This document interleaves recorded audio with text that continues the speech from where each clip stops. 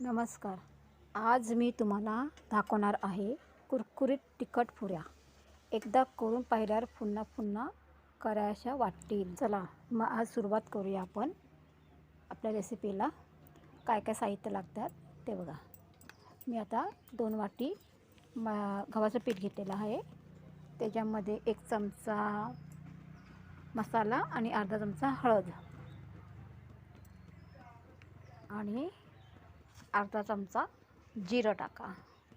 त्याच्यात मी ओवा नाही टाकलं आहे, जिरं टाकलं आहे, जरा एक थोडंसं वेगळं. आणि चवीनुसार मीठ घ्या. आणि हे याच्यामध्ये आणखीन थोडंसं तिखट यायला मग मी आलं लसूण मिरचीची पेस्ट घेतलेली आहे. हा छोटा चमचा आहे, म्हणजे 1 चमचा हिशोबाने मी घेतलेली आहे. त्याच्यामुळे जरा तिखटपणा फ्लेवर थंडीच्या टायमाला किंवा पावसाच्या टायमाला असं जरा बरं वाटतं, सकाळच्या टायमाला झणझणीत खायला, म्हणून हा वाटलेली पेस्ट घेतलेली आहे. आता 1 पळी तेल घेतलं आहे आणि हे सगळं आता एकजीव करून घ्यायचं आहे. हाताने काढून घ्यायचं आहे आपल्याला. हे बघा, हे सगळं एक काढून घेतलेलं आहे मी. हे सगळं एकजीव झालेलं आहे. आणि आता ह्याच्यामध्ये आपल्याला थोडंसं पाणी टाकायचं आहे. जेवढं पीठ मळणे, एकदम कडक पण मळायचं नाही, एकदम नरम पण नाही मळायचं. पुऱ्याच्या हिशोबाने आपल्याला लाटायचं आहे.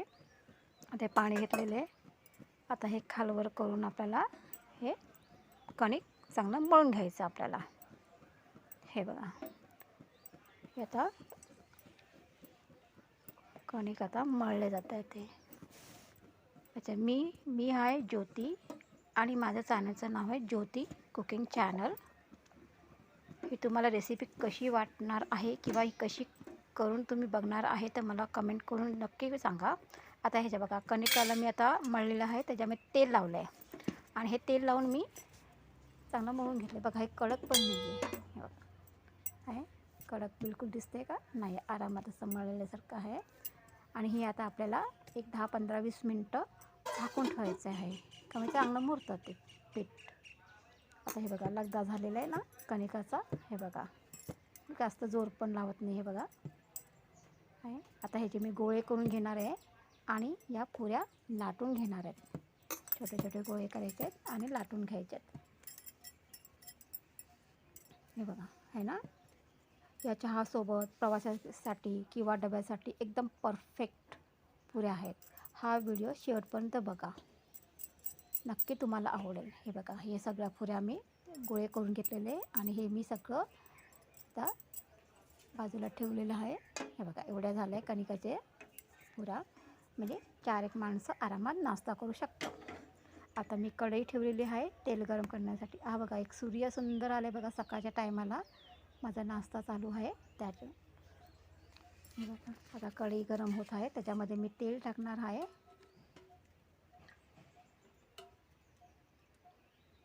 तेल टाकलेलं आहे. हे बघा, आता ते तेल गरम होणार आहे आणि या पुऱ्या मी त्या कमी असतावर मी तेल गरम करण्यात ठेवलेलं आहे आणि इथे मी सगळ्या पुऱ्या लाटून घेणार आहे, म्हणजे तळताना आपल्याला डिस्टर्बन्स नसतो. हे बघा, आता या छोट्या छोट्या पुऱ्या मी सगळं लाटून घेणार आहे.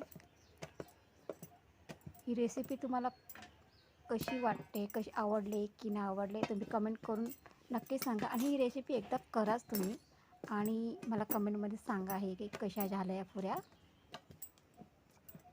आणि तुम्हाला हे अशाच अनेक रेसिपी बघायचं असेल तर तुम्ही चॅनलला सबस्क्राईब करा, शेअर करा. हे बघा, आहे आता या सगळं आम्ही लाटून ठेवलेल्या आहे पुऱ्या.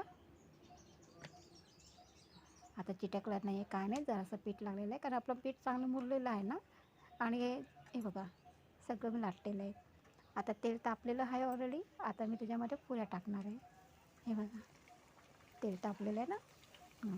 थोडंसं त्याच्यात तेल असं झाऱ्याने वर खाली करायचं थोडंसं, एकदम नाही हां, कारण कढई माझी मोठी आहे. तुम्ही याची छोटी कढई नका घेऊ. शक्यतो अशी पसरट आणि मोठी कढई द्या, त्याच्यात 2-3 पुऱ्या राहील अशा, का ते पुऱ्या मस्त फुलतात आणि दिसायला सुंदर असतात. आणि लक्षात ठेवा, तुम्हाला कुरकुरीत पुऱ्या हव्या असेल ना तर तुम्ही कमी आचेवरच करायचं हां, कारण त्याला मोहन बिन टाकायची गरज नाही. बघा, कमी आचेवर पुऱ्यावर सुंदर छान दिसतात ना, फुगतात पण आणि सोनेरी रंग येईपर्यंत सुंदर दिसतात. क्रिस्पी आणि कुरकुरीत पुऱ्या होतात. एवढं लक्षात ठेवायला बघ. हे बघा पुऱ्या कशा फुगतात आहे बघा, आहे ना, किती सुंदर दिसतात आहे बघा. कुरकुरीत पुऱ्या तयार झाल्या आहेत सोनेरी रंगापर्यंत. किती भारी दिसतात आहे बघा. या चारवर तुम्ही नक्की खाऊन बघा. हे बघा गरम गरम पुरी, हे बघा कुरकुरीत आहे. आहे ना. सकाळचा आमचा नाश्ता आहे. आमच्याकडे हे नेहमी आठवड्यातून एकदा होतेच पुऱ्या. आपण बाहेरचं तेलकट बिलकट खाण्यापेक्षा घरचं गरमगरीत. हे बघा वाफ सुटलेली आहे बघा, कुरकुरीत आणि खाताना सॉफ्ट क्रिस्पी आणि मऊ मऊ खाताना बरं वाटतं होती. लहानपणांना नक्कीच आवडेल, काय मोठ्यांनाही आवडतात. आणि ही रेसिपी नक्की करूनही बघा. साधी सोपी घरात असलेल्या साहित्यापासून आपण हा नाश्ता तयार केलेला आहे. ही बघा टमटमीत पुरी किती सुंदर दिसते बघा, आहे ना, सुंदर. ही तुम्हाला रेसिपी आवडली आहे ना, तर नक्कीच सबस्क्राईब करा, विसरू नका. आणि पुढल्या रेसिपीसाठी बघायला तयार राहा. किंवा तुम्हाला अजून नवीन रेसिपी बघायची असेल तर या चॅनलला सबस्क्राईब करा. हे बघा ही आमच्या नाश्त्याची रेसिपी झालेली आहे. आम्हाला किती झाले बघा, एवढ्या 2 वाटीच्या पिठामध्ये किती पुऱ्या झाल्या, 4 माणसं खाऊ शकतात. हे बघा हलकं एवढे क्रिस्पी झाले की बघा पुऱ्या कशा तुटतात, सॉफ्ट आहे ना. थँक्यू आणि धन्यवाद.